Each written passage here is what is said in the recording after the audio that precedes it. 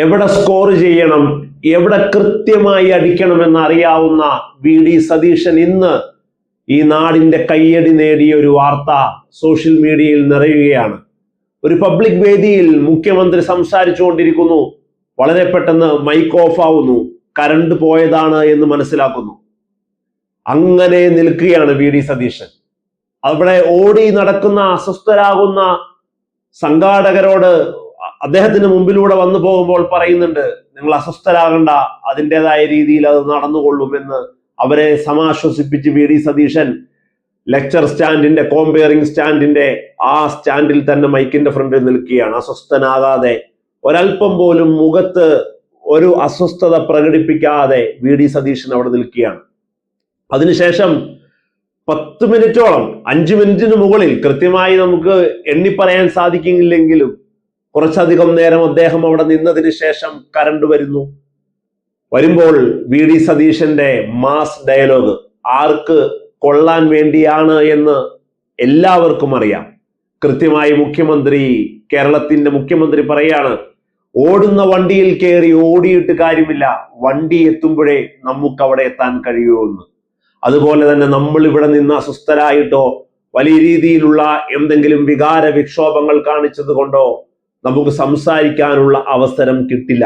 Current വന്നാൽ മാത്രമേ മൈക്കിലൂടെ സംസാരിക്കാൻ കഴിയൂ. അത് ശാന്തരായി അസ്വസ്ഥരാകാതെ വെയിറ്റ് ചെയ്യുക എന്നുള്ളതാണ്. ജനങ്ങൾ കൈയടിക്കുന്നു, കുറെ ആളുകൾ സ്റ്റാൻഡിംഗ് ഒവേഷൻ കൊടുത്ത് കൈയടിക്കുന്നു. ഒരു നാടിന്റെ മുഖ്യമന്ത്രി എങ്ങനെയാകണമെന്ന് പറയാതെ പറഞ്ഞു വെക്കുകയാണ് ഓരോ ദിവസവും വി.ഡി. സതീശൻ. ഇന്ന് ഈ നാട്ടിൽ വന്ന ഒരു വാർത്തയുണ്ട്.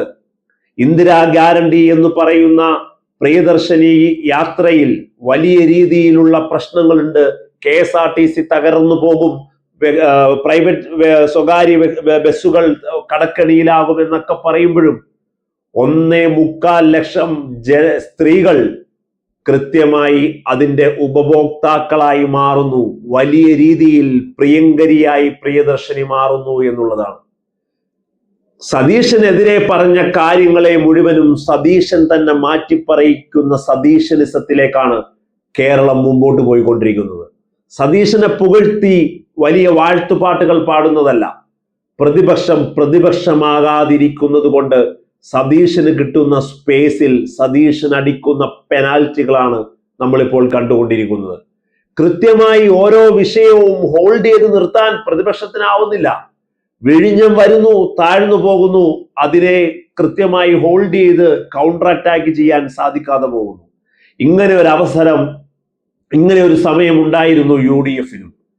പിണറായി വിജയന്റെ നേതൃത്വത്തിൽ 95 അംഗ നിയമസഭാംഗങ്ങൾ ഇരുന്ന് ഭരണപക്ഷത്തിരുന്ന് പ്രതിപക്ഷത്തോട് അവിശ്വാസ നിങ്ങൾ കൊണ്ടുവരുന്ന ഏത് ഡിബേറ്റും ഞങ്ങൾ ചർച്ച ചെയ്യാൻ ഒരുക്കമാണ് എന്ന് പറഞ്ഞ തൻ്റെ ഇടത്തോടെ ഉണ്ടായിരുന്ന ഭരണപക്ഷം, അതുപോലെ തന്നെ ഒരു വാക്ക് പോലും എതിർത്തു പറയാൻ സാധിക്കാതെ, ഒരു കാര്യത്തെ പോലും സ്റ്റിക്ക് ഓൺ ചെയ്ത് നിൽക്കാതെ CPIM CPI പടലപ്പിണക്കത്തിൽ കിടന്നൊഴിഞ്ഞു പോകുന്ന LDF പ്രതിപക്ഷത്തിരിക്കുന്നതിന്റെ വലിയ അപ്പർ ഹാൻഡ് കൂടിയാണ് സതീശൻ എടുത്തുകൊണ്ടിരിക്കുന്നത്. നിസ്സംശയം പറയാം, സതീശൻ വലിയ രീതിയിൽ വളരുകയാണ്.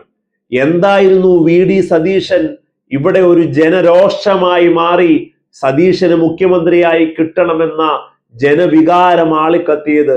അതിൽ നിന്ന് ഡബിൾ സ്ട്രോങ് ആയി സതീശൻ 2 മാസത്തേക്ക് അടുക്കുമ്പോൾ, ഭരണത്തിന്റെ 2 മാസം പിന്നിടാൻ പോകുമ്പോൾ വീണ്ടും അതികായനായി മാറുന്നു എന്നുള്ളതാണ്. പാർട്ടി യോഗങ്ങളില്ല, KPCC പ്രസിഡന്റ് ഇല്ല, പാർട്ടിയില്ല. പാർട്ടി സതീശനായി മാറിയ 50 ദിവസങ്ങളാണ് കടന്നു കഴിഞ്ഞു പോകുന്നത്.